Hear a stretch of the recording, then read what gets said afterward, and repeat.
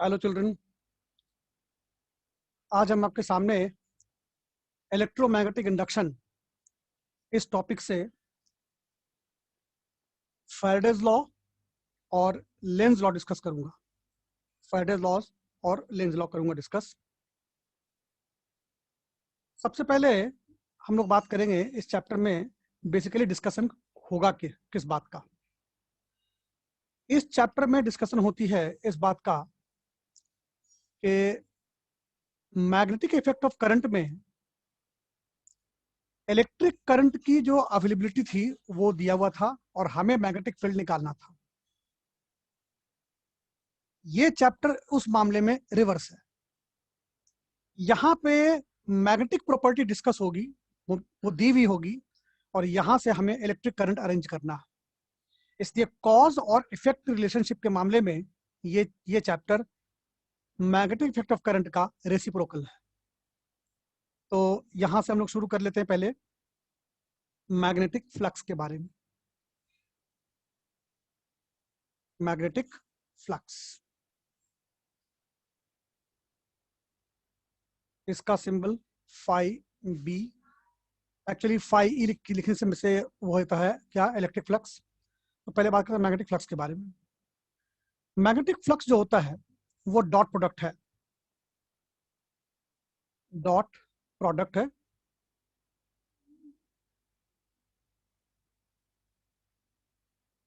Of B vector and area vector.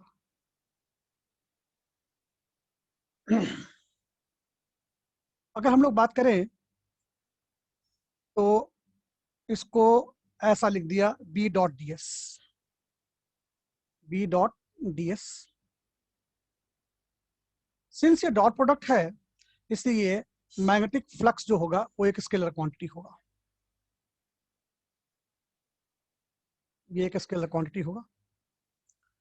इसका unit जानने से पहले इसको पहले हम लोग एक्सपैंड कर लें एक बार।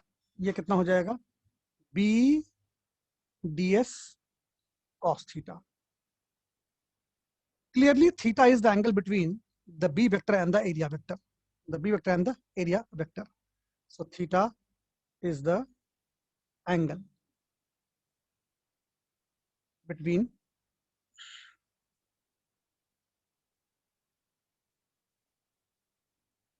b vector and area vector.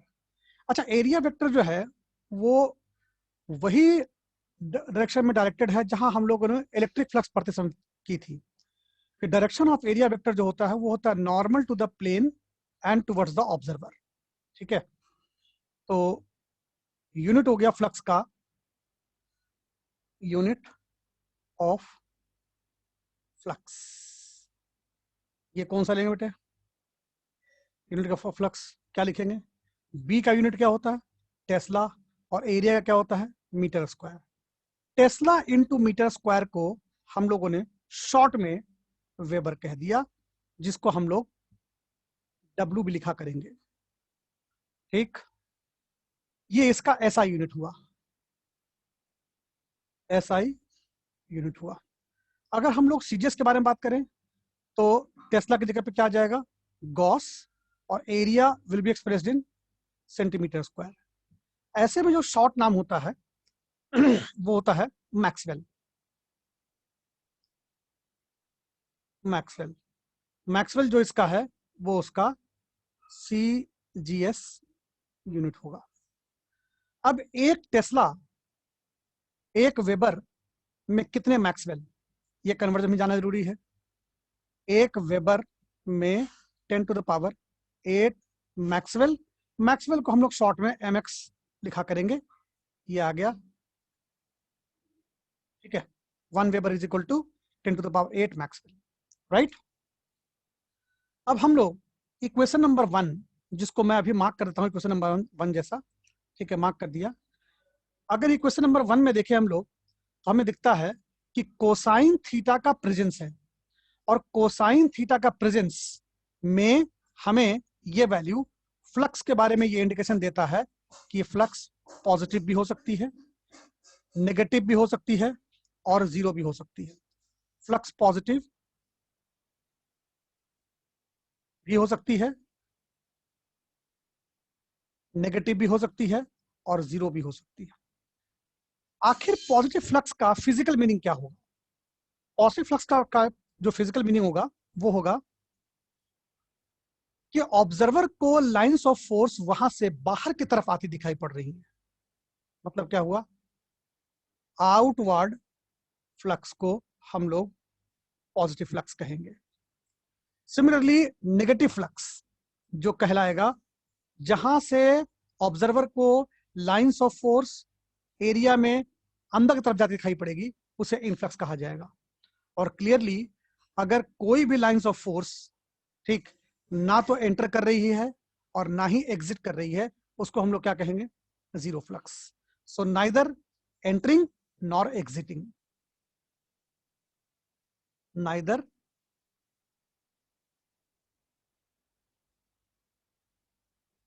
Entering nor exiting. ये था फ्लक्स का साइन का फिजिकल मतलब कि आउटवर्ड फ्लक्स जो होगा उसको काउंट करेंगे कैसे हम लोग? पॉजिटिव के नेगेटिव, आउटवर्ड को पॉजिटिव, इनवर्ड को नेगेटिव, ठीक है।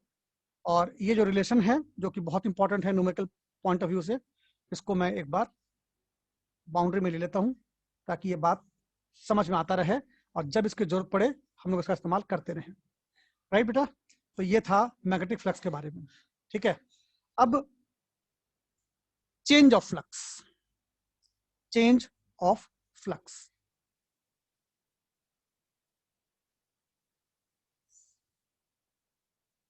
डेफिनेटली जब चेंज है तो यहां लिखेंगे डेल्टा फाई, और डेल्टा फाई जो हो जाएगा वो हो जाएगा हमारा flux final minus flux initial, ठीक है।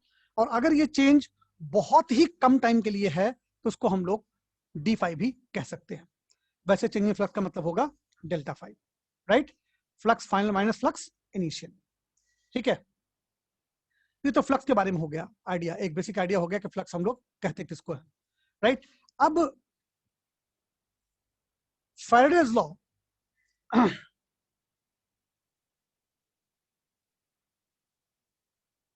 फैराडेज लॉ सिंस इलेक्ट्रोलिसिस में भी है, इसलिए यहाँ पे हम लोग मेंशन कर देते हैं हम लोग Faraday's law of electromagnetic induction.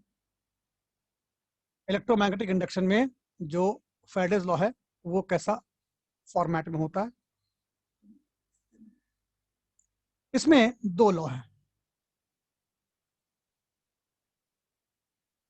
जो फर्स्ट लॉ है जिसको कि हम लोग क्वालिटेटिव लॉ भी कहते हैं। क्वालिटेटिव क्यों कहते हैं? क्योंकि इसमें क्वांटिटेटिव एस्पेक्ट नहीं है। मतलब क्या हुआ? इसमें कोई न्यूमेरिकल वाली बात नहीं है कि कैलकुलेट करना होगा, ये सिर्फ बताता है कि किन हालात में इंड्यूस्ड ईएमएफ होगा। स्टेटमेंट क्या है? wherever there is linked magnetic flux changes an EMF will be induced, ठीक है। तो जो क्वालिटेटिव लॉ है वो सिर्फ इतना ही है, whenever the magnetic flux linked to any coil changes and induced EMF is observed, ये क्वालिटेटिव लॉ ही तो है जिसमें कि कोई ये नहीं बताई गई है कि इसमें मैथमेटिक्स कितना होगा, इसलिए किसको हम लोग क्या कहते हैं? Qualitative law, right? अब बात करेंगे सेकेंड लॉ का। सेकेंड लॉ जो होता है वो क्वांटिटेटिव लॉ होती है, मतलब इसमें मैथमेटिक्स इन्वॉल्व होगा, ठीक है। So second law is known as quantitative law, right? ये कहता है कि EMF is directly proportional to rate at which the flux changes. EMF induced in any coil, EMF induced in any coil is directly proportional to the rate at which the flux changes. तो उसके बाद ये जो proportion sign है ये break होगा. He submitted this constant as -1. So equation becomes E is equal to minus of d phi by dt. Right? Now इसका मतलब क्या हो गया, यहां से हम लोगों को एक यूनिट के बारे में और चल गया पता कि ये जो वोल्ट है वो वेबर पर सेकंड भी है. तो मालूम चल गया ई के लिए क्या हुआ बेटे, वोल्ट, और डी फाई ये क्या है, वेबर, और ये सेकंड. इसलिए volt into second is equal to weber. ठीक है, ये है हमारा क्वांटिटेटिव लॉ जो फैराडेज का सेकंड लॉ है. अब अगर हमने ई का एवरेज वैल्यू निकालना हो, तो क्या लेते हैं, minus of delta phi by delta T. ये हो गया एवरेज वैल्यू, एवरेज ईएमएफ. और ये वाला क्या था, instantaneous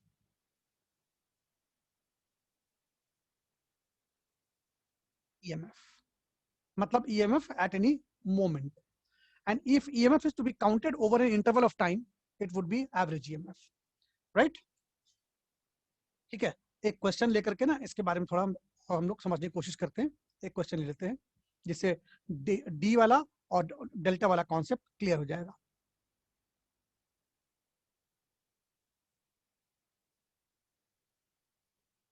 Let magnetic flux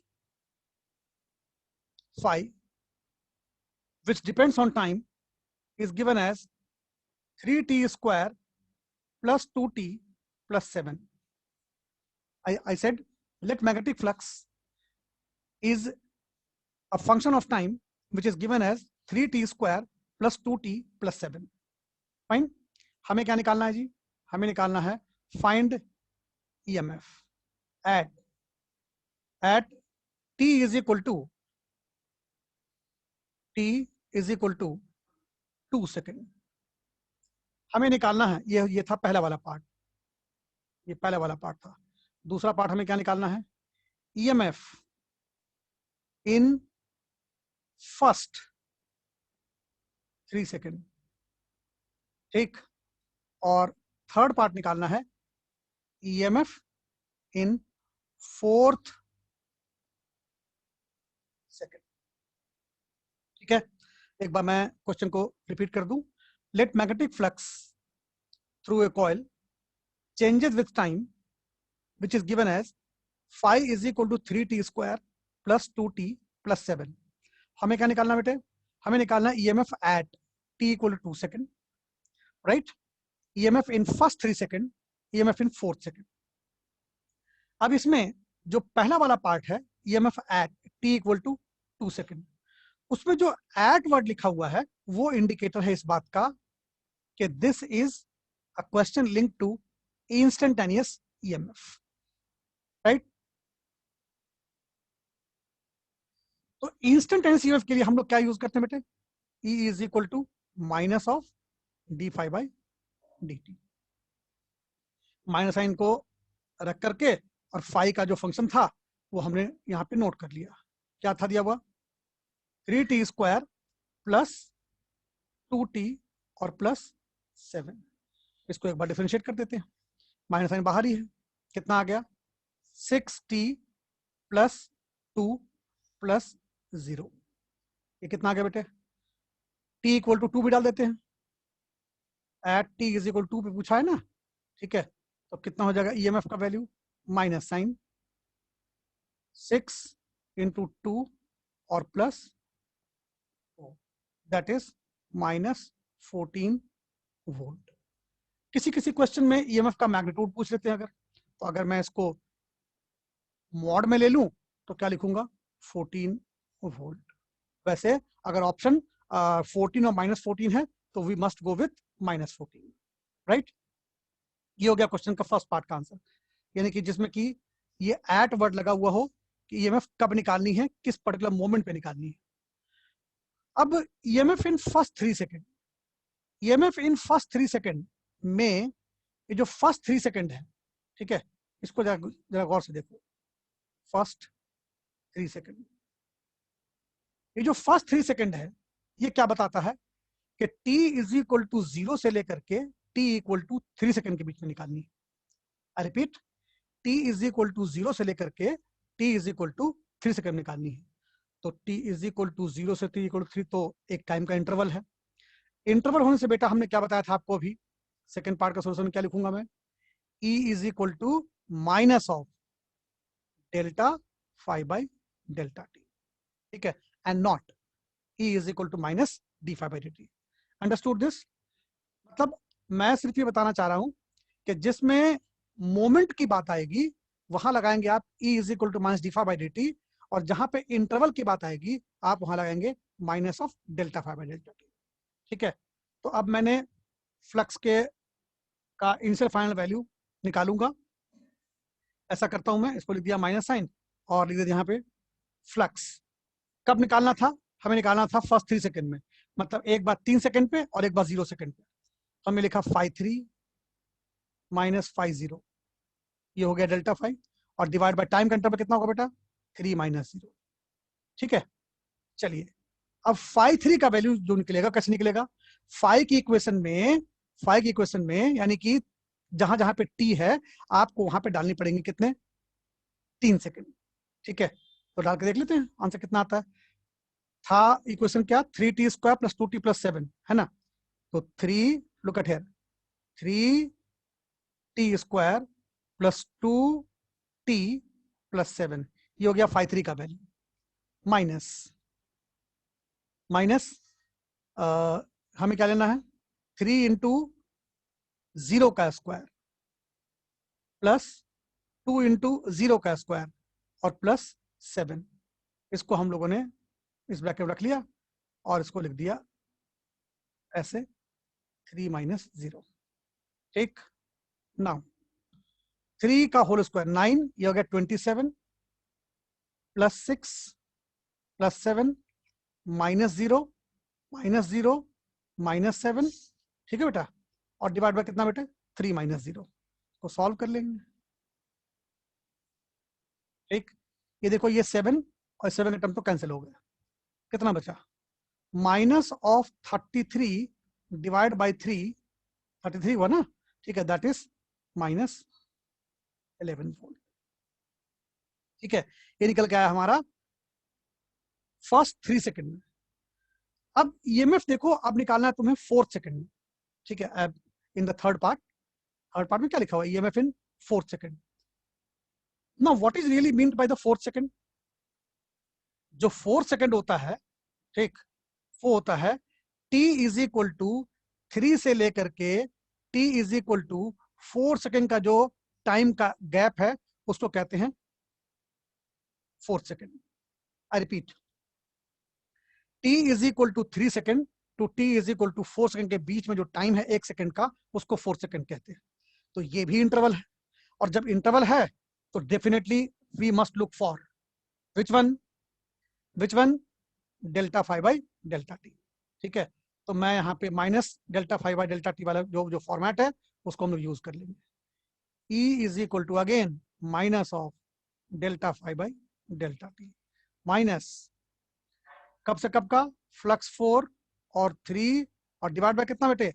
4 second minus 3 second. क्यों? क्योंकि आपसे कहा गया है 4 सेकंड निकालो, और जैसा कि मैंने बताया आपको भी, जो 4 सेकंड होती है वो t इज इक्वल 3 से लेकर के t इज इक्वल टू 4 के बीच में होती है। ठीक है, अब इसको हम लोग सॉल्व कर लेते हैं। सॉल्व कैसे करें? इजी है, जहां पे आप माइनस 3t स्क्वायर यहां डाला 4 plus 2t plus 7 minus 3t square plus 2t plus 7 और डिवाइड बाय कितना बेटा? 4 माइनस 3, इसको हमने ब्रैकेट में रख लिया है। ठीक है, कितना आ जाएगा? चलिए देखते हैं। ऊपर आ गया कितना? 48 plus 8 plus 7 minus 27 minus 6 minus 7 और डिवाइड बाय कितना बेटे? 1। जो टर्म कैंसिल होती है उसको पहले एक बार देख लेते हैं। जो कैंसिल हो रहे हैं वो 7 और 7 कैंसिल हो रहे हैं, ठीक है, माइनस ये कितना आ गया 56 माइनस 33 डिवाइड बाई 1, राइट। ये आ गया माइनस ऑफ 3 और 2, ये कितना आ गया 23 वोल्ट। इस तरीके से हमने डिफरेंशिएट किया इस क्वेश्चन को लेकर के ये समझाने को कि what is the difference between the average EMF and instantaneous EMF. I hope it helps to understand the difference between the magnetic, the average EMF and instantaneous EMF. Got it? ठीक है, अब हम लोग आगे चलते हैं। अब इसमें दो कॉन्सेप्ट को मर्ज कर देते हैं। कौन कौन से कॉन्सेप्ट को मर्ज करेंगे? ओम्स लॉ और फैराडे लॉ को मर्ज करके देखते हैं उसके अंदर क्या रिलेशन आती है अपने पास। ठीक है, लेट्स यहां देखिए,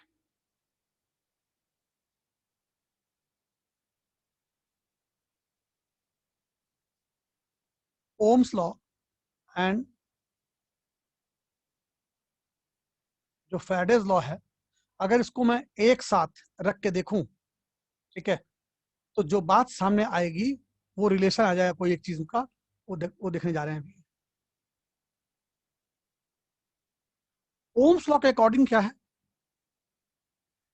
ओम अकॉर्डिंग है E is equal to I R, right. और इसको हम लोग क्या लिख सकते हैं? E is equal to rate of flow of charge times 1/r। ठीक बेटा। और फैराडे लॉ से क्या लिख सकते हैं बेटा? फैराडे लॉ से क्या लिख सकते हैं? E is equal to minus of d∅/dt, right. Now ये दोनों इक्वेशन, ये इक्वेशन नंबर 2 है, 1 ऑलरेडी हम लोग मार्क कर चुके हैं लास्ट पेज पे, ठीक है, और ये 3 है। If we observe these two equations, what do we see? The left hand side of these two equations are same, therefore we can equate it, which will appear after equating as, क्या आ जाएगा? दोनों eco equate कर देते हैं तो क्या आ जाएगा बेटा? dq/dt times 1/r is equal to minus of flux dt, right, which can be understood as dq/r is equal to minus of, मतलब रिलेशन बिटवीन हमारा निकल के आ गया ये कि फ्लक्स, चार्ज और रेजिस्टेंस में क्या रिलेशन है? फ्लक्स, चार्ज और रेजिस्टेंस में क्या रिलेशन है? ये है वो रिलेशन, फ्लक्स, चार्ज और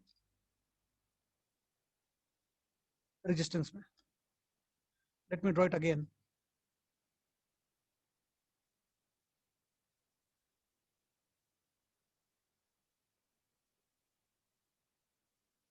इसमें सबसे इंपॉर्टेंट बात यह है, amount of charge passed, that is d∅, sorry, dq, is independent of time. This is important, most important part of this discussion is, इसको मैं नोट डाल करके यहां मेंशन कर देता हूं।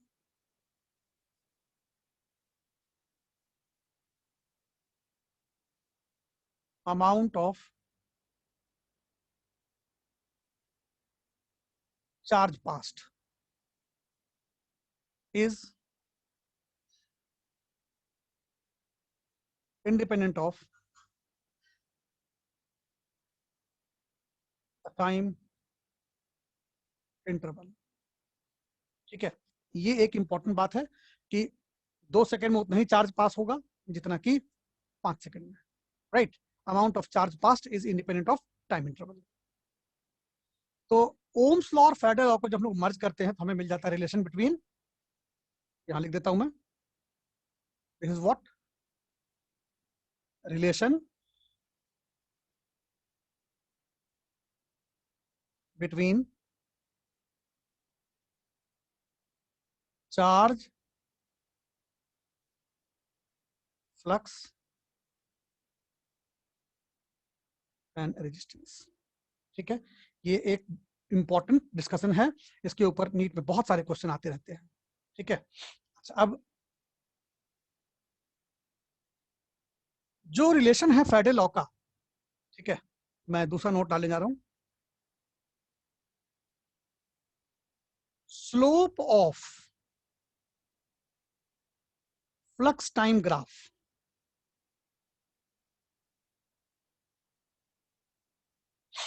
slope of first phytic graph will give EMF, और area of and area of EMF time graph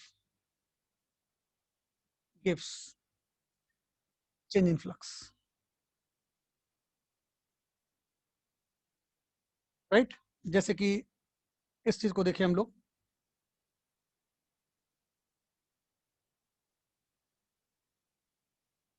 suppose fight graph ऐसा है, फाइट ग्राफ ऐसा है,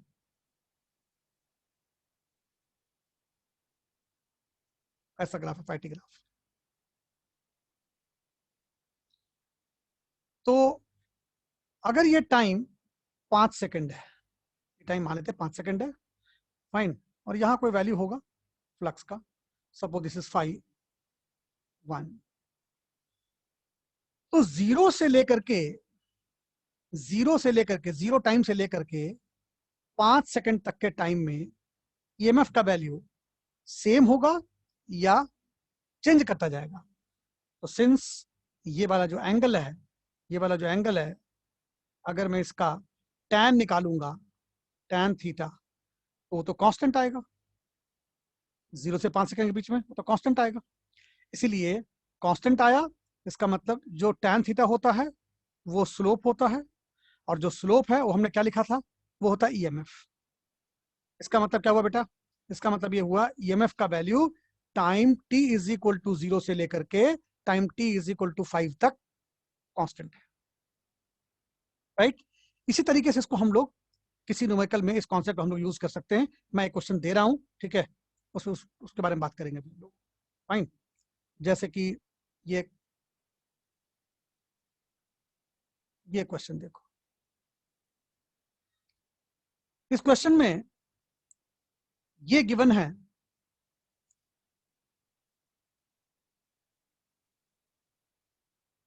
कि y एक्सिस पर और x एक्सिस पर फ्लक्स और टाइम रेस्पेक्टिवली हैं, और ग्राफ इस तरीके से ड्रॉन है।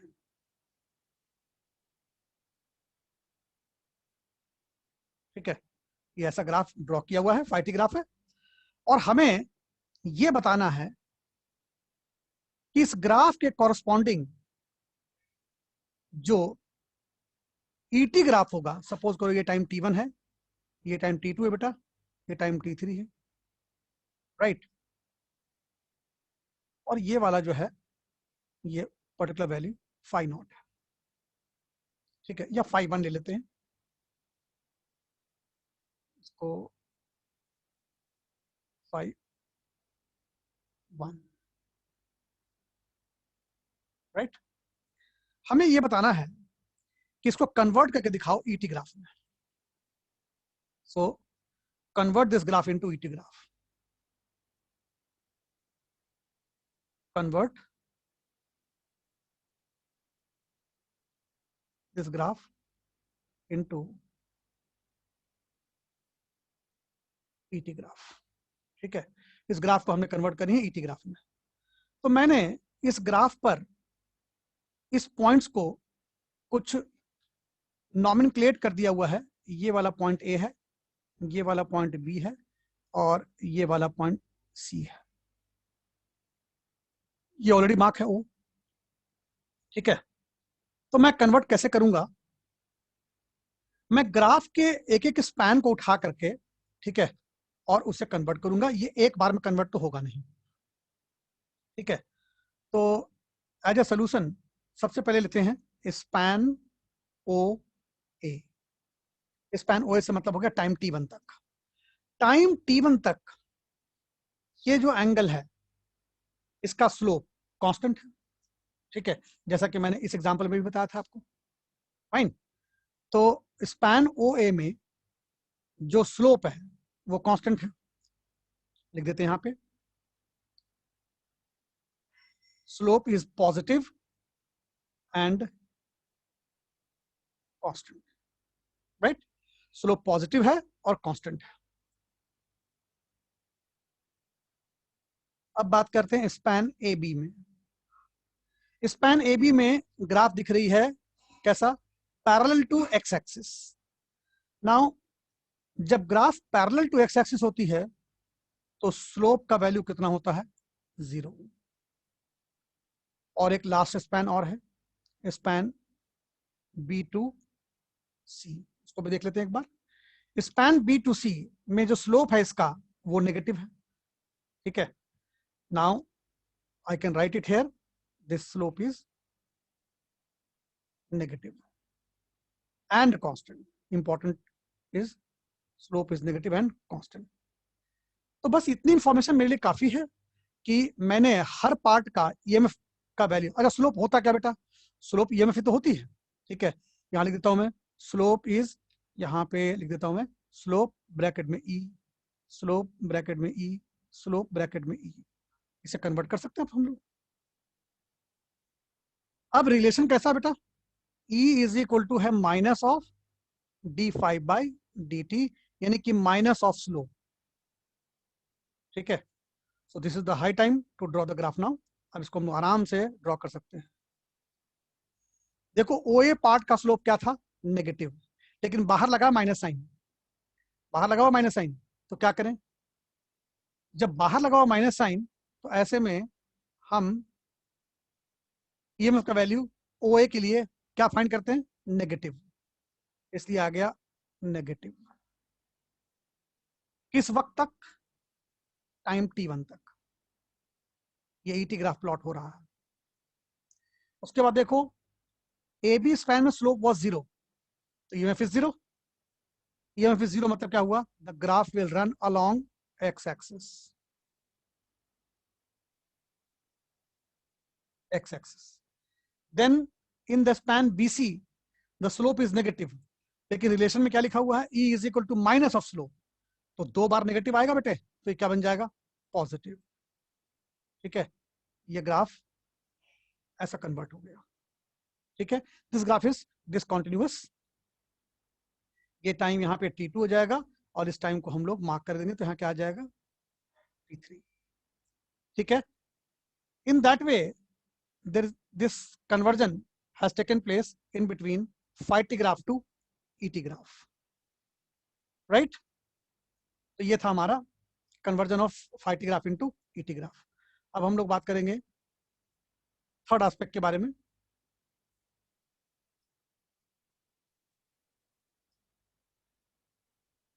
जो रिलेशन है फैरेडेज लॉ का वो है हमारा E is equal to minus of d5 by dt, यानी अगर मैं फाई की डेफिनेशन यहाँ पे पुट कर दूं बेटे तो हमें क्या मिल जाएगा, b a cos theta.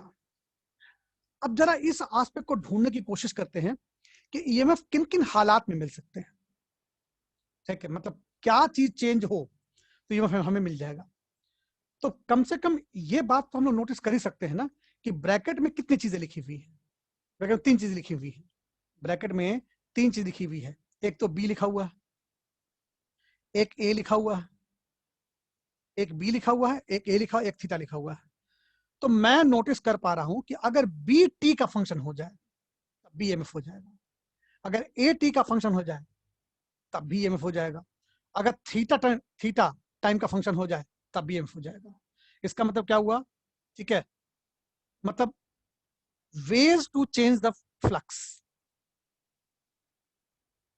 ways to change the flux। मैं परमुटेट करके यहां पर नहीं लिख रहा, मतलब एक मोटे तौर पर देखें हम लोग, ठीक है, अब होने को बहुत सारे हो सकते हैं, जैसे मैं कर दूं कि बी और ए दोनों एक साथ चेंज हो रहे हैं, ए थीटा एक साथ चेंज हो रहे हैं, सारे एक साथ चेंज हो रहे हैं, ठीक है। तो वो तो है ही है। यहां क्या लिखूं पहला पॉइंट, चेंज ऑफ बी, मतलब बी को फंक्शन बना देंगे किसका, टाइम का। दूसरा, change of area, again area is a function of time.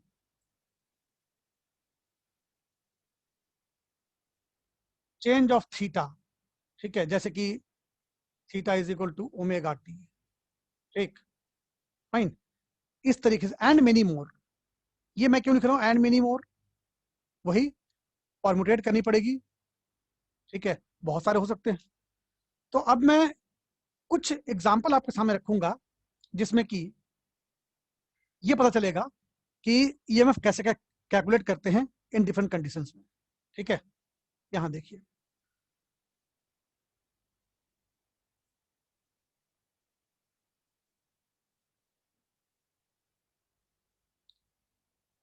Suppose करते हैं कि किसी एक रीजन में मैग्नेटिक फील्ड इस तरीके से अवेलेबल है। This magnetic field is again constant and is directed inwards, ठीक है। इस मैग्नेटिक फील्ड में एक सर्कुलर लूप है, आई सेड सर्कुलर लूप है, तो एक सर्कुलर लूप यहां बना देते हैं। इस सर्कुलर लूप का जो रेडियस है वो एट प्रेजेंट आर है, ठीक। जो बी का वैल्यू है वो है B is equal to B naught, it's a constant in magnitude and direction also. Now हमें ये बताना है कि अगर लूप का radius somehow on its own is contracting somehow, the loop radius, that is coil radius, is reducing on its own, then in that case किसी एक moment पे हम ईएमएफ कैसे निकालेंगे। I repeat the question. There is a constant magnetic field directed into the page. This is a constant both in magnitude and in direction. In that magnetic field, there is a coil of radius r. This coil is circular in nature. Somehow, the coil radius is reducing on its own at some rate alpha. At some rate alpha. dr by dt is equal to alpha. It's reducing, right? Find EMF. Find EMF when radius is reduced by 75%. Radius has reduced by 75%. मतलब जब 75% radius उसका कम हो जाएगा तब उसको उस वक्त पे उस मोमेंट पे कितनी ईएमएफ होगी, ठीक है। तो this is the question linked to change of area because B is not changing. Find the area vector is not changing, ठीक है, केवल एरिया का मैग्नीट्यूड चेंज हो रहा है, ठीक। ऐसे केस को हम लोग कैसे हैंडल करेंगे, ये देखिए।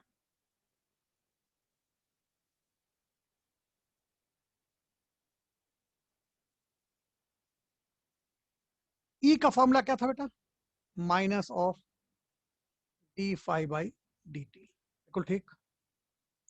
नाउ यहां पे क्या लिखा, minus D D T B pi R square और कॉस 180। कॉस 180 क्यों हुआ, सर्कुलर कॉइल का जो एरिया वेक्टर है वो है directed out of the page और जो मैग्नेटिक फील्ड है वो है डायरेक्टेड इनटू द पेज। तो डायरेक्टेड इनटू द पेज और directed out of the page के बीच का एंगल कितना होगा, 180 डिग्री, इसलिए यहां पे आ गया कॉस 180, ठीक है। कॉस 180 हैपेंस टू बी -1, इसलिए ये रिलेशन बी पाई आर स्क्वायर में कन्वर्ट हो गई। Now B is constant, pi is constant, D D T of R square कितना आ जाएगा बेटा, B pi 2r D R by D T, ये आ गया ईएमएफ का वैल्यू। अब यहां पे थोड़ा कॉशस रहने का जरूरत है। क्या लिखा हुआ है, रेडियस इज रिड्यूसिंग, लिखा हुआ है रेडियस इज रिड्यूसिंग, तो this rate will be put as negative और positive. In case of decrement it is put as negative, in case of expansion of loop it is put as positive. The rate is positive when it expands, and the rate is negative when it contracts. इसलिए dr by dt का value जो question में alpha दिया हुआ है वो हम लोग यहाँ पे कितना लिखेंगे, यहाँ देखो पुट कर रहा हूं मैं भी, E is equal to b pi 2r। ये r कितनी पुट करनी है, या कितनी पुट करनी है, ये आर क्वेश्चन में जो आर दे रखा है वो पुट करनी है, नो, ये आर वो आर पुट करनी है जिस मोमेंट में आपको निकालना है। किस मोमेंट में निकालना है आपको, किस मोमेंट में निकालना है, जब radius is reduced by 75%। Radius 75% नहीं हो गया, रेडियस का वैल्यू 75% से कम हो गया, इसका मतलब क्या, new radius is only r by 4, so this is r by 4, be careful, and this is put as minus alpha। why minus alpha, because the loop is contracting। ठीक है, तो फाइनल आंसर क्या निकल के आया, ये कैंसिल हो गया बेटा, इससे कितना आया, minus B pi R alpha divide by 2, ये निकल के आया इस क्वेश्चन का आंसर। इस क्वेश्चन में मैंने सिर्फ आपको ये बताने की कोशिश की थी कि रेट अगर नेगेटिव हो उसका क्या मतलब है, जब लूप का रेडियस या लूप का पेरीमीटर, ठीक है, अगर वो चीज रिड्यूस हो रही है तो उसका रेट को हम लोग पुट करते हैं नेगेटिव, और एक्सपेंशन केस में हम लोग क्या पुट करते हैं, पॉजिटिव। ठीक है, इसका जरा ध्यान रखना है। फाइन, एक तो ये सवाल हो गया बेटा। चलिए अगला क्वेश्चन देख लेते हैं।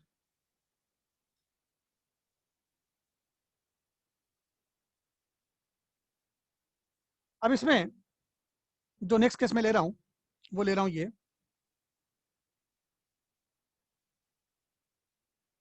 चेंज ऑफ एरिया वेक्टर का, ये जो क्वेश्चन था ये था चेंज ऑफ एरिया वेक्टर का मैग्नीट्यूड का, अब मैं ले रहा हूं चेंज ऑफ एरिया वेक्टर का डायरेक्शन का। ठीक है, लेट्स सी, ये एक किसी मैग्नेटिक फील्ड का अरेंजमेंट मैं आपको बना के दिखा रहा हूं। डॉट फील्ड है, डॉट फील्ड का मतलब क्या होता है बेटा, डॉट फील्ड का मतलब होता है क्या, डॉट फील्ड का मतलब होता है magnetic field is constant and is out of the page, that is k cap। इसमें एक कोई कॉइल है, इसमें कोई कॉइल है, वो कॉइल स्क्वायर कॉइल है,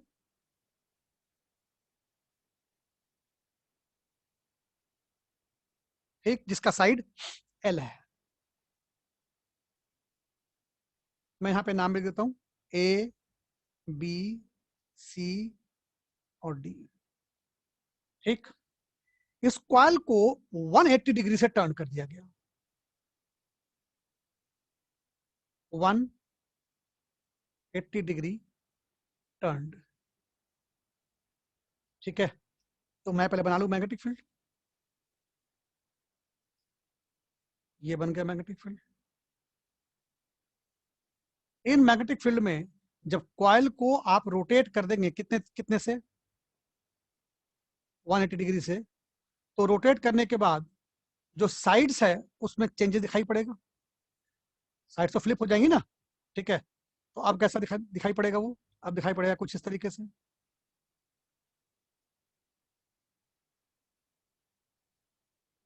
ये बात दिखाई पड़ेगा यहाँ B C और A और D ऐसे घुमाया गया। ये जो टर्न हुई है ना, ये बेसिकली ये जो टर्न हुई है ये 5 मिली सेकेंड में हुई है। This M stands for milli, 5 millisecond में टर्न हुई है।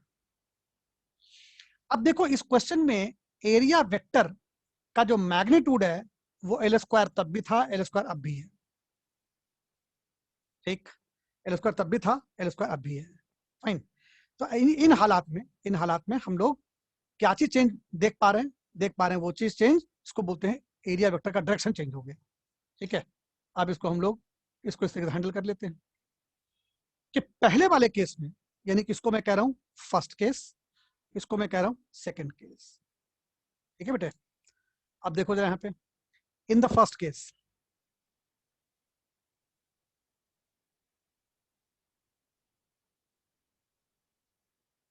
In the first case flux की वैल्यू कितनी है? बी का वैल्यू कितना था? बी का वैल्यू कितना था? Suppose this B is equal to B naught. ठीक है, तो B naught into L square और cos zero, B naught into L square और cos zero, that is plus B naught L square. ये था flux initial, flux initial. Right, now second case, second case से मेरा मतलब है rotation के बाद का केस। फ्लक्स फाइनल कितना हो जाएगा? फ्लक्स फाइनल जो है ना, देखो एरिया वेक्टर भी घूम गया कितने से? 180 डिग्री से। इसलिए नया angle between magnetic field and area vector is 180 degree. Area vector ही घूम गया 180 डिग्री से, इसलिए अब क्या आ जाएगा? B naught L square cos 180 degree. Cos 180 कितनी होती है बेटे? -1, इसीलिए क्या आएगा? B naught L square. Right, ये आ गया फ्लक्स फाइनल। और ईएमएफ क्या होता है? Minus of delta phi by delta T. ठीक है, इसको हम लोग यहाँ पे डाल देते हैं values. Minus of flux final minus flux initial divide by वो टाइम जिसमें कि this conversion has taken place. वो है टाइम कितना? 5 मिली सेकेंड। तो मैं लिख दिया यहाँ पे कितना? 5 into 10⁻³ right. Adjusting minus sign, what do we get? Flux initial minus flux final divide by 5 10⁻³ now कितनी है flux initial? B naught L square minus again B naught L square divide by 5 10⁻³ कितना गया बेटा? 200 times B naught L square. 200 कैसे हो गया? ये जो 10⁻³ था ना, वो चला गया ऊपर की तरफ, हो गया 10⁻³ हो गया 1000। 1000 डिवाइड बाय 5 कितना हो गया? 200। मतलब कि ये क्वेश्चन में मेरी इंफेसिस सिर्फ इतनी थी कि मैं आपको ये बता सकूं कि एरिया वेक्टर का डायरेक्शन चेंज भी हो सकता है। पिछले क्वेश्चन में क्या चेंज हुआ था? एरिया वेक्टर का मैग्नीट्यूड। राइट, चलिए अब ले चलते हैं चेंज ऑफ एंगल वाले केस में। चेंज ऑफ एंगल वाले केस में, change of angle.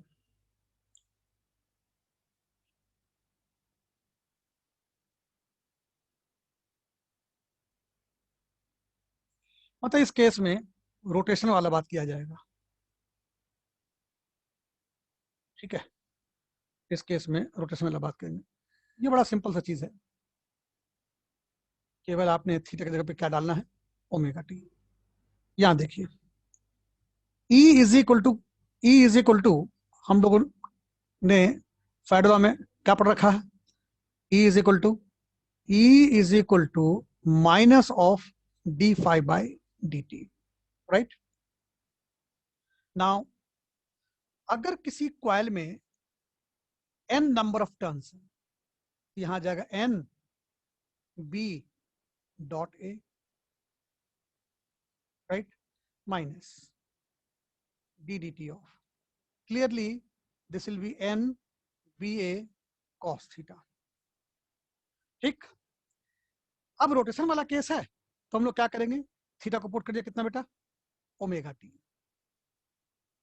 d dt of n p a cos omega T. ठीक, number of turns, magnetic field का मैग्नीट्यूड और एरिया का magnitude, since they are kept constant and hence they have been taken outside, यहां बचा minus D D T of only cos omega T. यहां कितना हो जाएगा बेटा, एन ए बी और कॉस ओमेगा टी का differential minus sine omega T और बाहर ओमेगा, ये आ गया N A B omega sine omega T, जो कि ये ई है। ठीक है, इसी रिलेशन को हम लोग ये चार चीज का जो प्रोडक्ट है ना, ये चार चीज का जो प्रोडक्ट है उसको हम लोग देखते हैं इस तरीके से, E is equal to E naught sine omega T.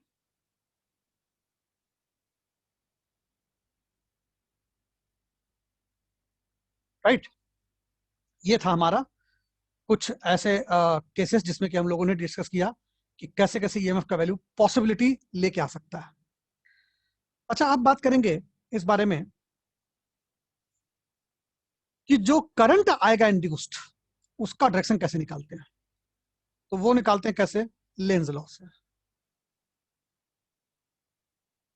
Lenz law, ठीक है, लेंज लॉ बेसिकली एक टूल है जिसकी हेल्प से हम इंड्यूस्ड करंट का डायरेक्शन निकाल सकते हैं।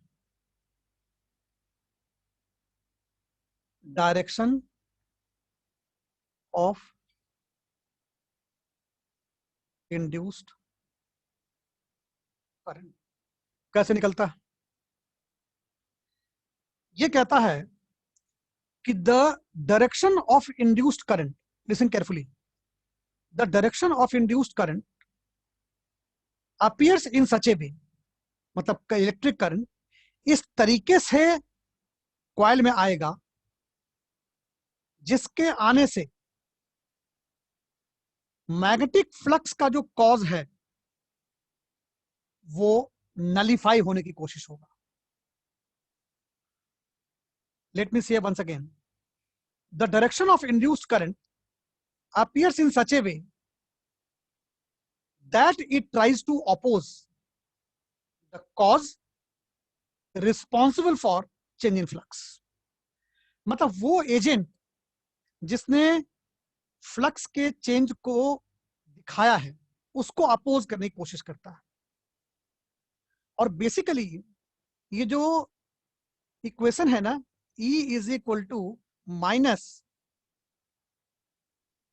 d∅dt, इसमें जो माइनस साइन है यही बेसिकली मतलब है लेंज लॉ का। ये माइनस साइन यही तो बता रहा है क्या, कि अपोज करता है, किसको अपोज करता है, चेंज इन फ्लक्स के एजेंट को। ठीक है, इसको इस तरीके से हम लोग समझने की कोशिश करते हैं कुछ एग्जांपल से। फाइन, इधर देखिए, सपोज करो ये कोई इनफाइनाइट वायर है, ये कोई इनफाइनाइट वायर है, इस इनफाइनाइट वायर में कांस्टेंट करंट ऑब्जर्व की जा रही है। यहां पे एक कोई कॉइल रखी हुई है, ठीक है, और वो जो कॉइल है वो इस तरीके से प्लेस्ड है।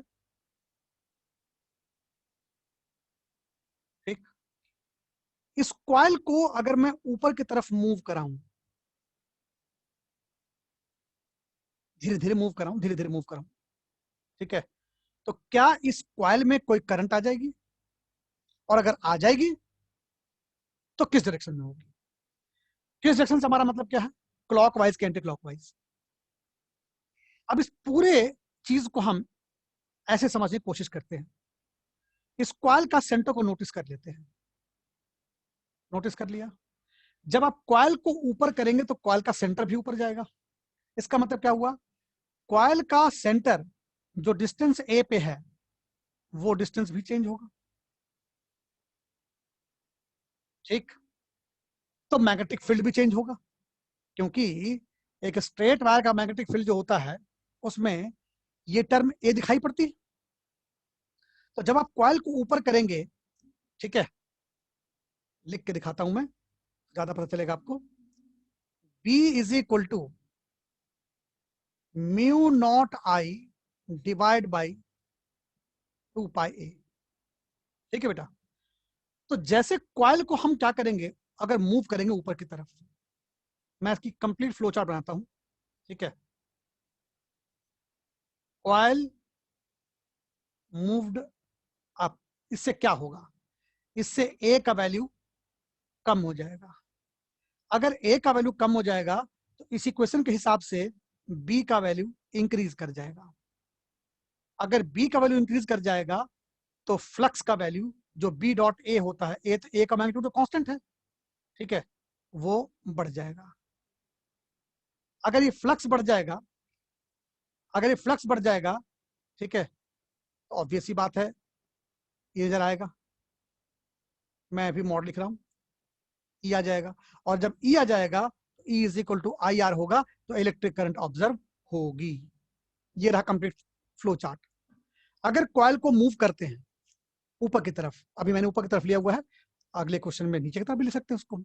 If coil is moved up तो A will reduce, if A will reduce, A क्या था, डिस्टेंस था, ठीक है, तो बी का वैल्यू बढ़ जाएगा। जब बी बढ़ जाएगा तो फ्लक्स बढ़ जाएगा, फ्लक्स बढ़ जाएगा, ठीक है, तो उसका रेट आ जाएगा, जब रेट आ जाएगा तो आई का वैल्यू आ जाएगा। अब मुझे ये पता करना है, नाउ वॉच केयरफुली, अब मुझे ये पता करना है कि जो फ्लक्स का जो वैल्यू बढ़ा है ये कौन सा फ्लक्स बढ़ा था, इनवर्ड फ्लक्स या आउटवर्ड फ्लक्स। ठीक है, तो इस वायर का मैग्नेटिक फील्ड इस सेंटर ओ पे किधर था, वो था आई क्रॉस माइनस जे, आई क्रॉस माइनस जे, है ना, कर लेते हैं ना यहाँ पे। जो बी था, बी एट ओ किधर था, आई क्रॉस माइनस जे में। आई क्रॉस माइनस जे क्या निकल के आता है, माइनस के या के, माइनस के। ठीक, इसका मतलब क्या हुआ कि जो इन फ्लक्स है, इनवर्ड फ्लक्स, माइनस है ना बेटे, इसलिए इन फ्लक्स बढ़ गई। अब इन फ्लक्स अगर, लिसन केयरफुली, अब अगर इन फ्लक्स की वैल्यू बढ़ गई है तो उस फ्लक्स की जो इनर्शिया है उसको मेंटेन करने के लिए some outflux is required. If outflux is required, and outflux is possible by north pole, and north pole is possible by, north pole is possible by anti clockwise current। therefore जब तक coil move करती रहेगी, ठीक है, ये line important था, जब तक कॉइल मूव करती रहेगी तभी तक इस वायर में, इस लूप में एंटी क्लॉकवाइज करंट फ्लो होता रहेगा। जिस समय इसका फ्लो बंद हो जाएगा, किसका फ्लो, ये जो स्क्वायर कॉइल है उसका मूवमेंट वायर की तरफ बंद हो जाएगा, ठीक है, उसी समय ईएमएफ का वैल्यू बंद हो जाएगा और करंट भी बंद हो जाएगा। मतलब क्या हुआ कि this current is observe till the time the coil moves, क्योंकि उसी वक्त तक के लिए खाली फ्लक्स चेंज होगा। ठीक है, this is how we use Lenz law. मैं दूसरा एग्जांपल भी लेता हूं।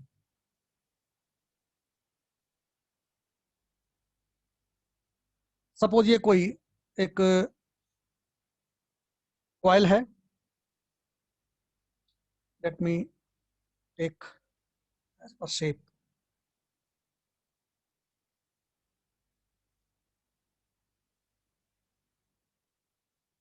ये कोई कॉइल है, इसको हमने एक सपोर्ट से बांध रखा है। ठीक है, अब इस कॉइल में, कॉइल के थ्रू, कॉइल के थ्रू एक बार मैग्नेट,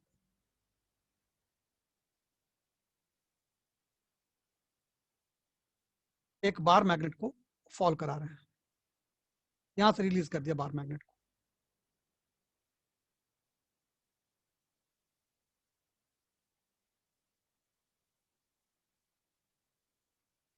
ठीक, इस मैग्नेट को T इज इक्वल टू 0 पर यहां से रिलीज कर दिया। तो जब बार मैग्नेट का फॉल होगा तो लाइंस ऑफ फोर्स का जो मूवमेंट है वो देखते हैं।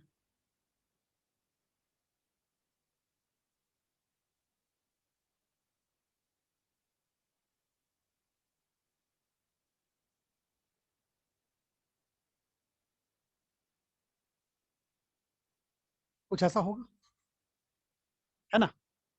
अब जब बार मैग्नेट नीचे की तरफ गिरेगा तो ये जो इनफ्लक्स है, ये जो इनफ्लक्स है यानी कि लाइंस ऑफ फोर्स जो ब्लैक वाली कॉइल में एंटर करेगा वो बढ़ जाएगा, और जब वो बढ़ जाएगा तो उस कॉज को अपोज करने के लिए coil will respond, and the coil will respond कि उसके अंदर एक करंट आ जाएगी। तो फ्लक्स का रीस्टोरेशन कैसे होगा? somehow if magnet goes back, and magnet can be sent back if and only if there is a repulsive force, and repulsive force is possible